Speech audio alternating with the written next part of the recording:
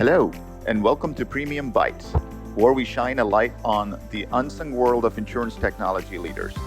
I am Sudhar Krishnamachari, one of your co-hosts, and with Samir Ahmed, our other co-host, we're here to have meaningful conversations about the evolving technology landscape inside the insurance industry. Let's acknowledge it. Being an insurance firm CIO or Chief Information Officer is one of the toughest leadership roles in today's world. You've got a risk-averse mindset baked into the very fabric of the industry, a legacy estate that must complement the modern tech, and a talent crisis from both the retiring side and next-gen recruiting side. And then you got the slower pace of innovation. We see it because we're right there in the trenches with you as consultants day in and day out. Our mission is to deep dive, have conversations that carry substance, offer practical insights, and help you validate and navigate the relevant challenges of being an effective CIO in the insurance sector. So thank you for joining us on this adventure. Let's jump right into our next conversation.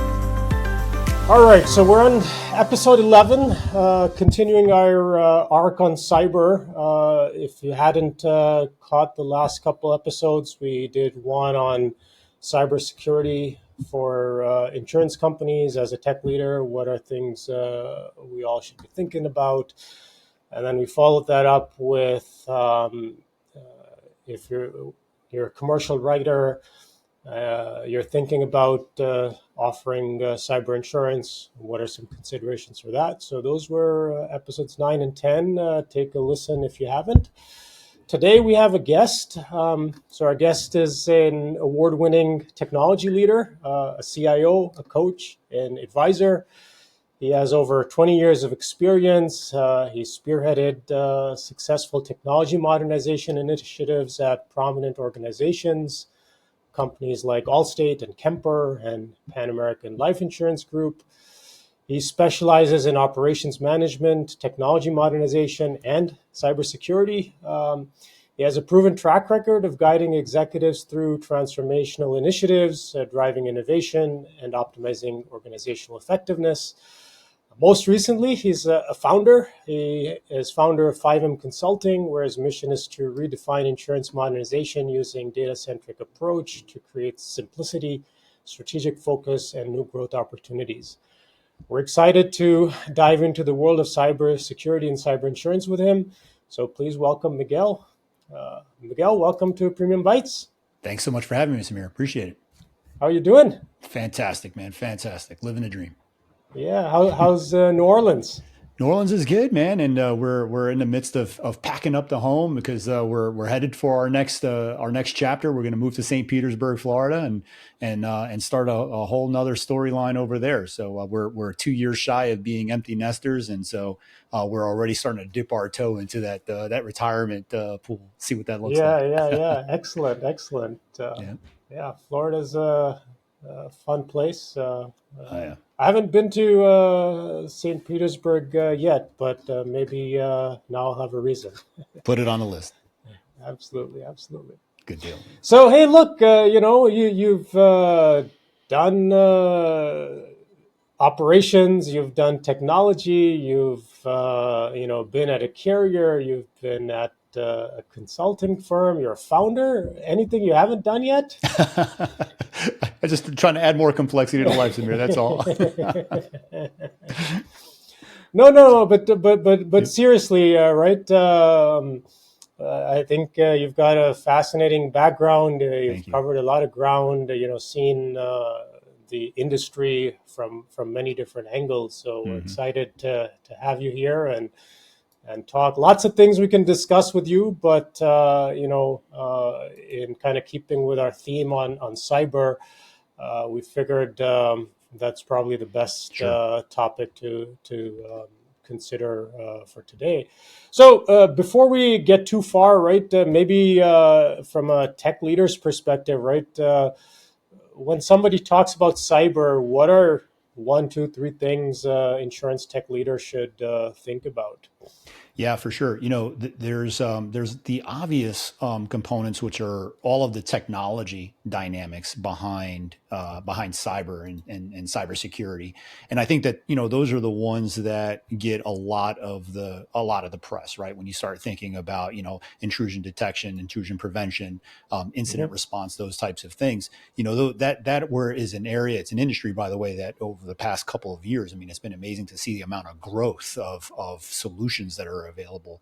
You're starting to see, matter of fact, when we start talking about artificial intelligence, that's one of the areas in which you're seeing some of the most uptake of AI is in the use of AI to improve the performance of some of this tooling and doing what used to take hundreds of people staring at the con, if you will, to identify certain threat patterns. This is stuff now that AI is doing quite well. So I think that's an area that there's a lot of expertise, a lot of focus, and a lot of attention.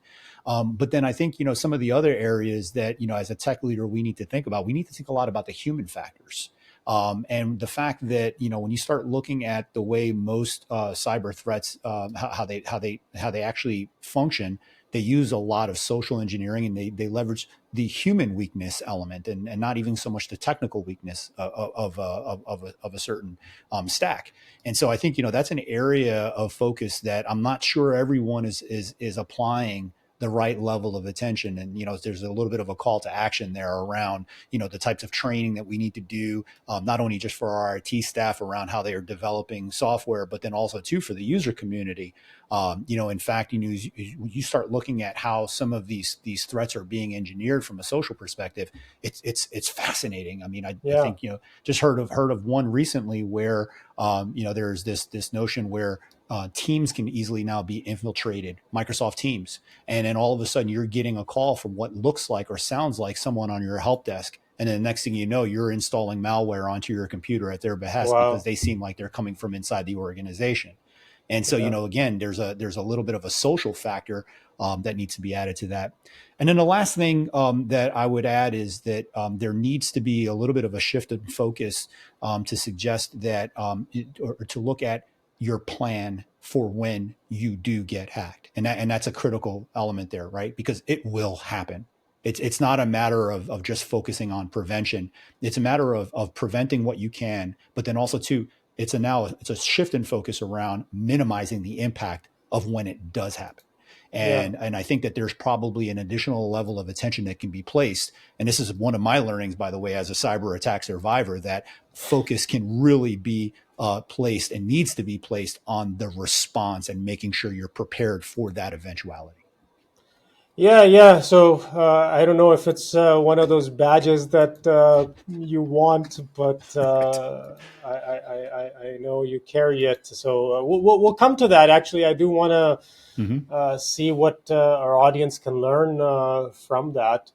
But that's fantastic, right? So you've got human factors. You've got now. I didn't know this. I knew of the Zoom bombing, but people during the pandemic joining in meetings that they had no business being in. But with Microsoft Teams, wow. Sure.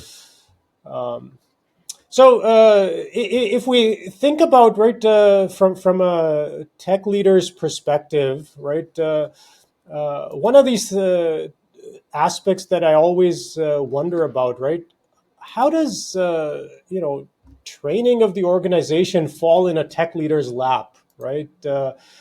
Should this not be some other function? So by along the same lines, right, why should security training fall in the tech leader's lap, or is it the right place? Yeah, I think Samir, it's actually a partnership, right? And so there's the development of the content and the why behind the training, and I think that is largely the responsibility of the tech leaders. And so I would say the CIO, the CISO group, wherever that sits, probably an element also too of your risk management function in your corporation as well. But then how that training gets deployed also too then probably needs to be a partnership depending on the size of the organization. Your L&D department, your learning and development department, HR might need to be involved, etc. But the other core reason of why I think it needs to be a critical partnership is that the training in and of itself and making training available is not enough. In other words, we see organizations now adopting this notion where the training needs to be mandatory. It needs to be compulsory. It needs to be part of every employee's kind of learning path, and something that where if you take mandatory compliance training. So, for example, if you work at a publicly traded company, you've got to take Foreign Corrupt Practices Act training, right? And that's mandatory. You don't get to work if you don't complete that training. Yeah. The cyber training needs to go in that very same bucket. And then I would add to that is that above and beyond just even the content development, but there's also there's the structure of the training to say, for example, at my past post, we implemented regular phishing campaigns where we would do simulated phishing. And what would happen is that we would make those phishing simulations progressively more difficult to spot. And what we would do is maintain a list of the people who fell for it. And as they fall for it, they have to be referred to additional and more aggressive training, even up until the point where you can actually impose disciplinary action for habitual offenders, if you will, because they're putting the corporation at great risk when it's not getting through. They're either not taking the training seriously enough, or a habitual offender is just a person who just doesn't understand or get it. And then you got to question whether or not you can afford to take the risk of having people like that in the organization. So it's a whole regime and partnership that has to be developed. And quite frankly, I think, above and beyond just some of the technical capabilities, that is one of the most critical ones. Typically, you will see, and as I've talked to other colleagues, that when a company is attacked, the point of entry usually is exploiting a human failure. It is not exploiting a vulnerability necessarily in code. Now, some of the larger ones that we're seeing that get the press in terms of exploiting certain vulnerabilities in an SDK or something, we see those. But when you look at en masse the incidents that happen on a regular basis, they're exploiting a human vulnerability, not a technical one. Yeah. And I've seen that trend, and it's now even reported upon, right? That the attackers are sort of increasingly focusing on smaller organizations because they present as softer targets. So I think the job has become harder. A lot of our listeners are probably, they have programs in place for security training as part of overall digital literacy. They probably have some programs in place for solution assessment when they're contemplating bringing in a new solution. And everybody talks about shift left security mindset, right? So when you're building your own software, I think companies are at some stage of the journey there, right? And I don't know that there's any destination here, because it's always shifting. It's continually shifting, like cops and robbers games. But in this context of the attackers focusing more and more on smaller organizations, are there any changes in tactics that our audience members should sort of think about? Again, in the context of maybe small, mid-size insurance company. Yeah, I think, one of the first things that we've got to do is we've got to try to at least intuit why it is that there is this kind of focus and this vulnerability on small and medium-sized companies. Because I remember there was a time in which we used to, if you were a small or medium-sized company, you used to take a little bit of solace in that you were quote unquote off the radar. Right. That no one was going to find your little company to target you. So you were able to keep your guard perhaps a little bit lower than some of the guys that are, these are billboard type name brands that get attacked. But that's not the case anymore. And we got to understand why that's not the case anymore. And I have a couple of hypotheses as to what drives that. But, I think it starts with, first off, the cost to attack has come way down. And so from the attacker's economic model, what used to be, hiring, these software geniuses to spend hours upon hours looking for inroads and vulnerabilities to large companies so that they could get a big payload, that dynamic has now shifted. And instead, going back to the whole kind of human factors dynamic, what these guys are doing now is they're just casting huge, wide nets, and they're just throwing it out there. And then the trick is to just be patient and see who bites. And Yeah. then what I picture some knock type of environment with a bunch of people sitting in a dark room waiting for that bite. And as soon as somebody bites, a team trounces, right? And so that's how that economic model has shifted. Add to that ransomware as a service, malware as a service. Now you don't even have to develop your own code. You can go onto the dark web and you can now get access to malware and to ransomware that you can now purchase and use. And so Right. that again changes the economic model for how much more efficient it is to go after smaller companies who, by the way, are going to have lower threat defense detection and defense models than some of the larger players. So that's what's changed the landscape.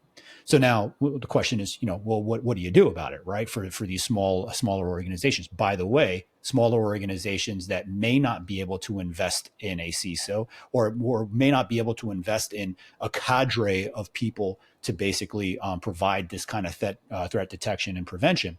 And so, the question then becomes, to what extent, and I think you mentioned this a little bit in our entry, Samir, to what extent are we building our own software versus leveraging off the shelf software? The bet being that off the shelf software is going to be built with a certain higher level of security, Mm-hmm. and as well as kind of more continuous management of security vulnerabilities as they deploy. Now, I think we got to be careful with that, because I think we've seen in recent past that depending on this kind of off-the-shelf software can actually introduce vulnerabilities. Why? Because an attacker just has to find a commonly used piece of software and then forget it. All bets are off, and then everybody who uses that software is impacted. I think the most recent one was MoveIt as an example. Simple FTP type of software. They exploited a Java vulnerability in that software, and anybody who was using MoveIt was instantly at risk. The Department of Motor Vehicles of Louisiana was probably one of the most notable attackees, where Yeah. the entire DMV was down while they were looking at resolving this piece. So we got to be careful there.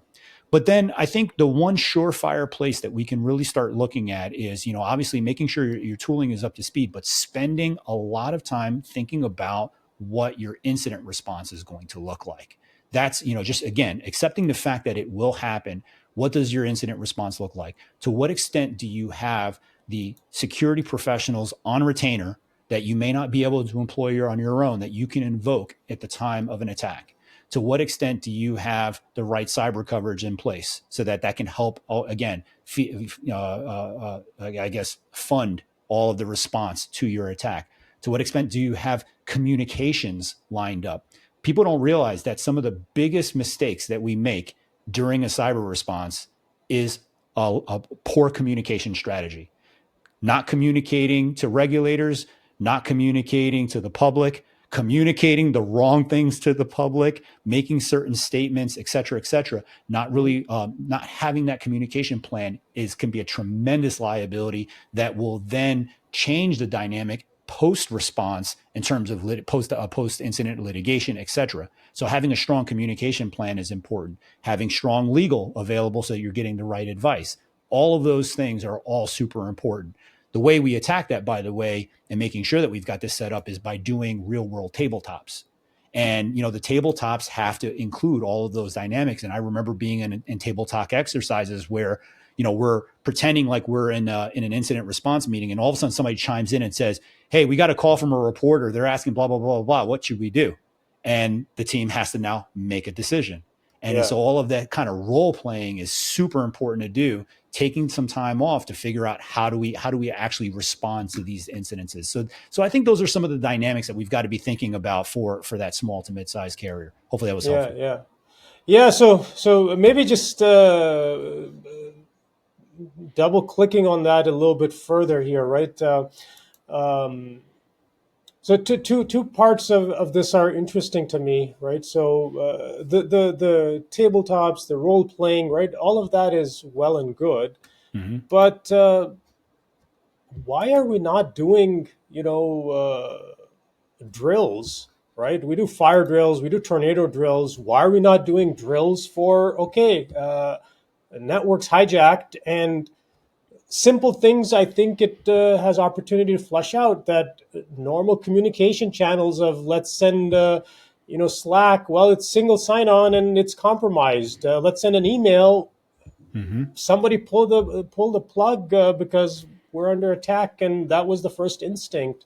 If you go through a actual drill, right, won't it flesh this out a little bit more?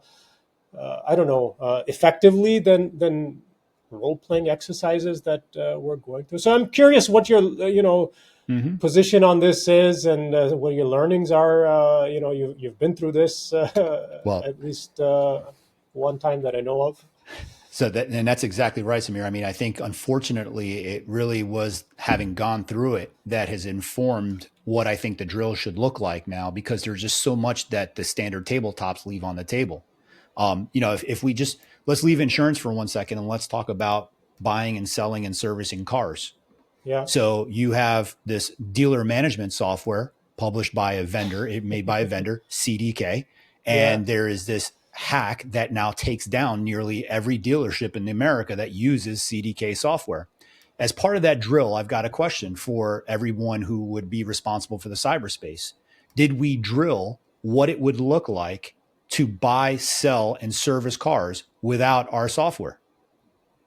Right? That's an example of something that we don't necessarily think about drilling. And so, yeah, so similarly in an insurance company, if we have to take down our network for some period of time dealing with a cyber response, how would we actually operate our business? How would our business function? How would we collect premiums? How would we pay claims? How would we submit rate and issue new business? And for an organization that is 100% dependent on technology, we need to have operating handbooks or kind of SOPs for what we would do if we had to go down. And yeah, then, and kind of again, having gone through this, I say to myself, well, wow, last time, it'd be great to at least have all this data in Excel in some place that we call a digital bunker, right? So someplace outside of our network where we can upload, on a regular basis. So at least we know who our customers are. We yeah, can know what policies we have in force. Having those types of processes and those and the files and the documents necessary so that if you do have to go to manual operation, you've got it, right? Having that. The drill, again, your communication plan. You can hypothesize and you can prognosticate around what a cyber incident would look like. And then we could define communication plans with if then that type of kind of constructs so that we know what we're communicating to whom, what basis, in what with what mechanisms, if this were to happen, that type of thing. And so drilling this has to really be really circumspect. It's not just about, hey, do we take down a network or do we not? Do we stand up a green zone, red zone, or do we not? It's more about that. Do we execute on our DR strategy? It's more than that. It's about really how do I operate my company for an extended period of time if something like this were to happen? How do I communicate? Who, by the way, are the decision makers? That's another one that's kind of interesting when you think about anything from a crisis management perspective. yeah, Who is the person that is now going to be the one making, or who's in charge of this response? If you were to think about a typical insurance company, is the CEO really qualified to lead through an incident response? Maybe not. They don't have all of the decision-making faculties for something that is so technical. So yeah, how do you put in place a steering committee? How do you put in place the person who is now going to respond to these types of things? Even having those types of scenarios role played and played out is very, very helpful to a very successful response, a response that's going to reduce the impact of any type of threat vulnerability. yeah, yeah. No, that's really good insight, Miguel. In terms of extended period of time, right? So how long should we really contemplate being sort of operating in this alternate mode? So, there's a couple of ways that you could approach that, and I'll give you just one that comes to mind, and I think it is kind of effective for folks, right? So, there's this whole concept of RPO, RTO, right? So your recovery point objective, your recovery time objective that you typically reserve for a disaster type of event. But now, Right. how do you leverage that very similar construct for something that would resemble a cyber attack? And so from that perspective, there's a first thing that we need to be thinking about, which is first off, to the extent that our systems, and so by the way, when I think about systems, I'm not only thinking about the data, I'm also thinking about things like network configurations. I'm thinking about all of it, right? To what extent are those systems backed up, if you will, and are immutable so that they can't be accessed and deleted, because that's actually one of the first steps that threat actors take is they go around your network, they look for where your backup devices are, they shut your backups off, they delete the backups that you could potentially restore to, and then once ransomware or any type of malware takes over, you're kind of sitting there like, oh no backups. So you have to make sure that those things are isolated and that they have a recovery point objective, meaning how much data are you willing to lose that is acceptable to the business. So now when you think about that, and then you say, well, how long would it take if I had to shut all of my infrastructure down and I had to stand up infrastructure elsewhere? How long would it take for me to recover? And that's your recovery time objective. So now that might be one basis point that you use to frame how long you could potentially be down for, which is like, I've got to burn all my ships and start over here on this side with this amount of data loss, this amount of time. That could be one frame of reference that you use. But then there's other SLAs, service level objectives, that you would put on how you would get at resolving a cyber incident, and then that's where you have to now start going through the various types of infiltrations that you could experience, and then what you would do for each one. So it's important to map all those things out, and then part of that is a tabletop, part of that is war rooming and doing some kind of war games on what the attack could look like, and then figuring out what your response would be. You better believe that the United States military has a huge playbook on what we would do in all different types of eventualities if something were to happen in the global kind of political sphere. And so similarly, we need to be doing that in our companies as well. So that's a lot of stuff for a tech leader to think about, above and beyond the demands of, if I call it the day job, probably. I'm being a little doing a lot of disservice in saying that, because this is part of the day job too.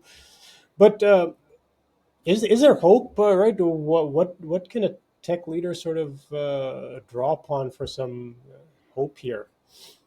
Yeah, I think the hope is really making sure that you're thinking about things from a resiliency perspective, right? So thinking about how do you make the services that you offer as a tech leader as resilient as possible.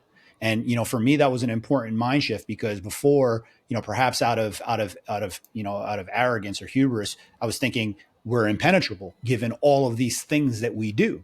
And so if you shed that notion and you say, you know what, while you're going to do everything you can to protect, I now need to shift my thinking toward resilience. I think that is the key. And so it's an exercise in redundancy. It's an exercise in recoverability. It's an exercise in contingency planning. All of those different types of things are what needs to incorporate into your planning. I was introduced a while ago to the concept of site reliability engineering. And so, as you kind of take that and you kind of expand that thought process into, kind of making sure that, not only are you thinking about it from a technical perspective, but also to an operating perspective, an operational perspective. Those are some of the things that I think that we can do. And then ultimately the hope is that it just becomes part of the fabric of the services that we offer.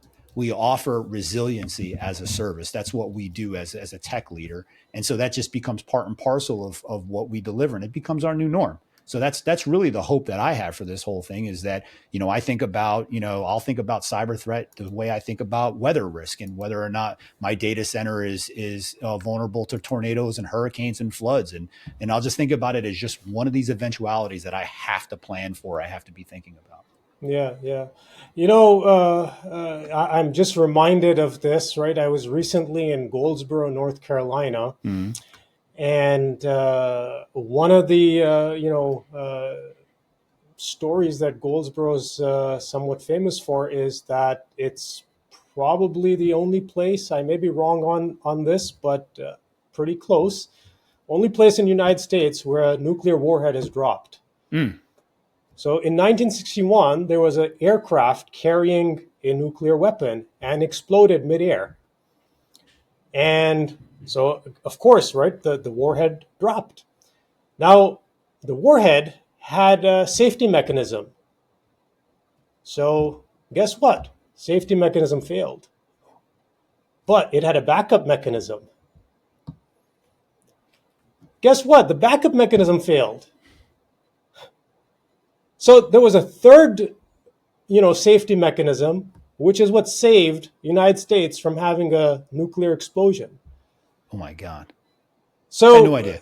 You talk about resiliency, right? So somebody somewhere thought about, I got to have a backup to the backup because I don't know what's going to happen, all right? And I got to be prepared. And these people, nobody knows their names, nobody knows their faces. They get no recognition or glory, but Right. we're here because of somebody's thinking around this.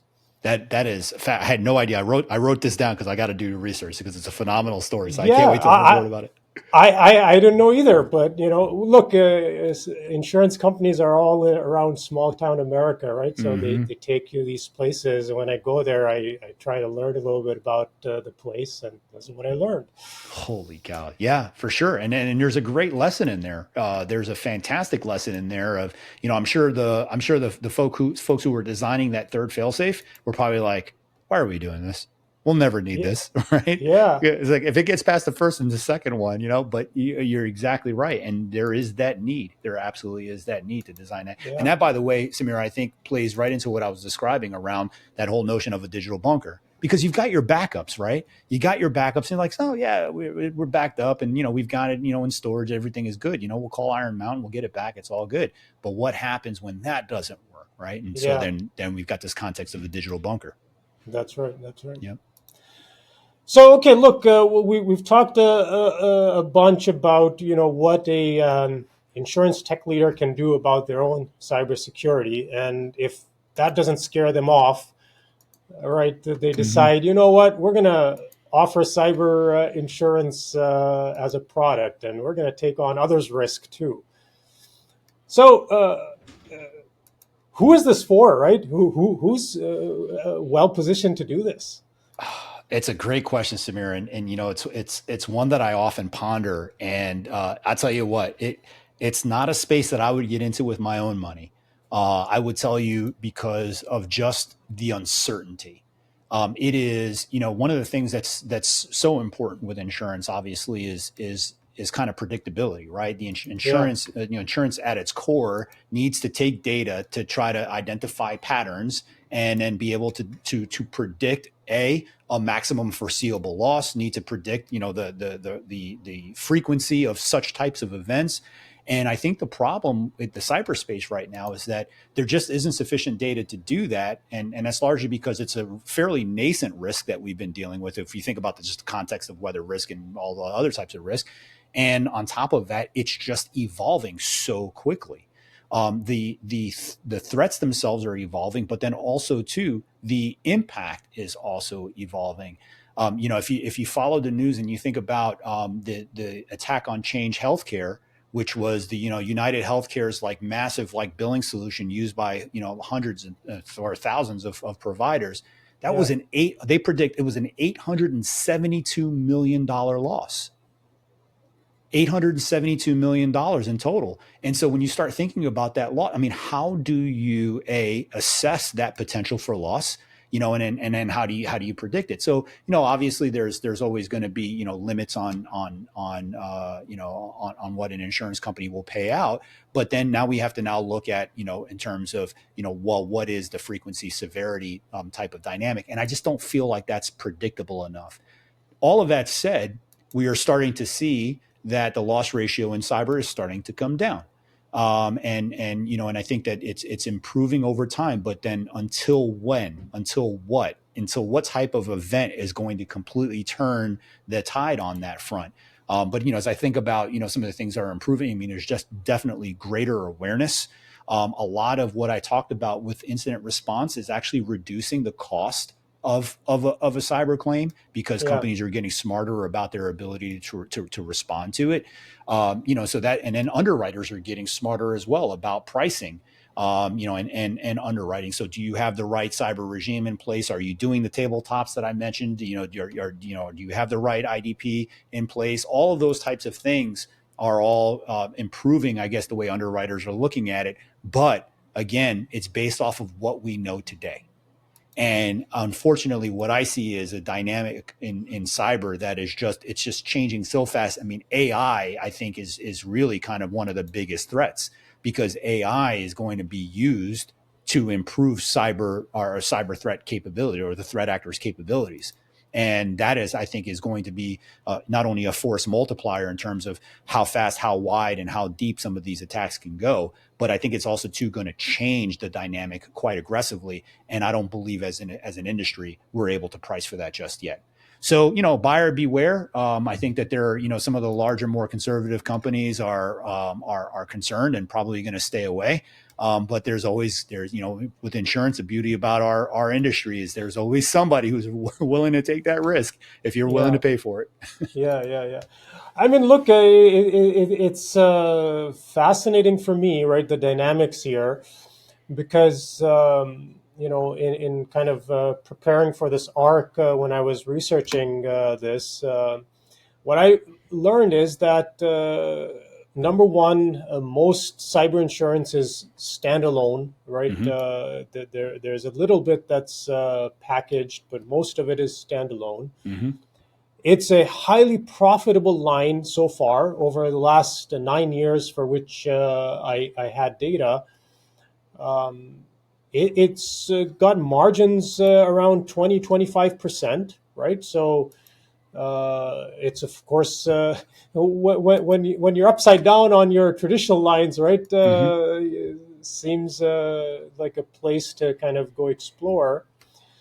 Uh, but then you've got people like Warren Buffett and Ajit Jain kind of at Mm-hmm. the Berkshire meeting commenting about we just don't understand this very well. And when you have an incident, is it a single incident, or is it going to ripple across your Right. full, or if not full, but big portion of your book of business? And they worry about it's going to wipe them out, right? Right. So, not for the faint of heart, like you said, right? So Right. it's a fascinating space. Let me just press you a little bit more, though, right? Let's say you are with a company that is just adamant about proceeding down this path. Mm-hmm. What role would a tech leader have in product development for a cyber product, and how does that compare with the role a tech leader has in product development for other lines? Yeah, I think it's a much different dynamic, where you are typically going to have underwriting slash actuarial experts involved in some of the more traditional risk that you will see. I think in anything where you've got a technical thing that we are insuring against, you're going to have technicians. I think that, the same goes, if you're writing, for example, environmental liability insurance, you're going to have, geochemists, you're going to have those folks on staff who are really helping you quantify and qualify what the types of risks are that you're willing to take, and how do you assess the various risk dynamics. So I think what you already see, and having been on the buying side of cyber insurance for a large corporation, I remember being pressed by people who worked for the underwriters that were cyber technicians. Like, so those cyber technicians that you're talking about are the tech leaders that you're asking me about on the carrier side, where Yeah. these are people who understand, they understand technology, and they understand the cyber dynamic intimately, and they're able to pose questions and assess the risk from a very, very technical way. So I think that that's going to be a significant dynamic where you're going to have these tech leaders that are participating, if not driving, product development. And then on top of that, it's a constantly evolving type of risk. Similarly on the property side, I'm sure that there are cadres of climatologists that are looking at what the change in the climate is doing, and how does that impact product development on that front. Same thing. You're going to have these cyber professionals, these technologists that have to stay on the forefront and looking at what developments and what changes are coming, so that they can be incorporated into the product well. So I think that there is definitely a role for these folks to play. It's an important role, and just in this landscape that's ever changing, you can't emphasize it enough. You absolutely can't emphasize it enough. Sounds good. So look, you mentioned, right, that for tech leaders at carriers thinking about their own cybersecurity, right? There's a lot of promise with AI tools for intrusion detection and threat detection and the light threat modeling, perhaps even. But the place to really focus is on the human factors. We touched on how smaller companies are becoming the larger portion of attack targets because they present a softer front. You shared a little bit about the role of drills and how expansive the drills need to be to really prepare for this eventuality. And you didn't say it in these words, but I think you implied it, that it is an eventuality, that it will happen. So what are we going to do when it does happen? On the side of a carrier that wants to enter the space of cyber insurance, I think you're cautioning around this is a new risk, not very well understood so far. And there may be some money to be made, but there's also, it's fraught with challenges that we perhaps don't know about yet. For companies that want to do it, it's a great opportunity for tech leaders to, take a driver's seat on running of the insurance line of business here. Sure. Because it plays to their strength. What did we not cover that you think leaders should know about on cyber? Yeah, the only thing that comes to mind, and it was threaded a little bit throughout, but it's really thinking about your third party risk management practices, because as I start thinking about a lot of the kind of the incidents that I'm reading about, that's really what it is. When you think about if you were the chief operating officer of a massive car dealership, or if you were the cyber insurance provider of a massive car dealership, would you ever think about the fact that, some vast majority of car dealerships are using one piece of software and a single attack could have a massive impact on the entire industry? And so that is that was a kind of an opportunity. I'm not going to call it a failing because, again, we're talking about eventualities here, but there was an opportunity to really for someone to assess the third party risk management associated with this software vendor. Same thing with Move It, all these other guys. Snowflake just had a massive data exfiltration. And so to what extent can we bolster our third party risk management practices so that we can better assess, we can have our third parties and our vendors that supply us, we can hold them accountable for what they're doing on their side, because ultimately it has a dramatic impact on us as consumers of their software. So I think third party risk management is another area that I don't know that gets enough attention in the insurance operation, the insurance carrier operation. We really got to double down, because that's where I think we're going to continue to see a vast majority of our threats and infiltrations manifest. Very insightful, Miguel. Thank you so much. Appreciate you coming on and spending part of your morning with us. My pleasure. Thank you so much, Amir, for having me. Yeah. Thank you. All right, that's all, folks. Thanks for tuning in, and hope you enjoyed the conversation and comments from Miguel. If you haven't yet seen, I'd recommend take a listen to his own stuff on 5M and InsurTech Mastery. Until next time, take care. And that's a wrap for today's conversation on PremiumBytes, where we shine a light on the unsung world of insurance technology leaders. Thank you for joining us on this adventure and being part of our community. Don't forget to like, comment, subscribe, share, and follow us. Until next time, take care.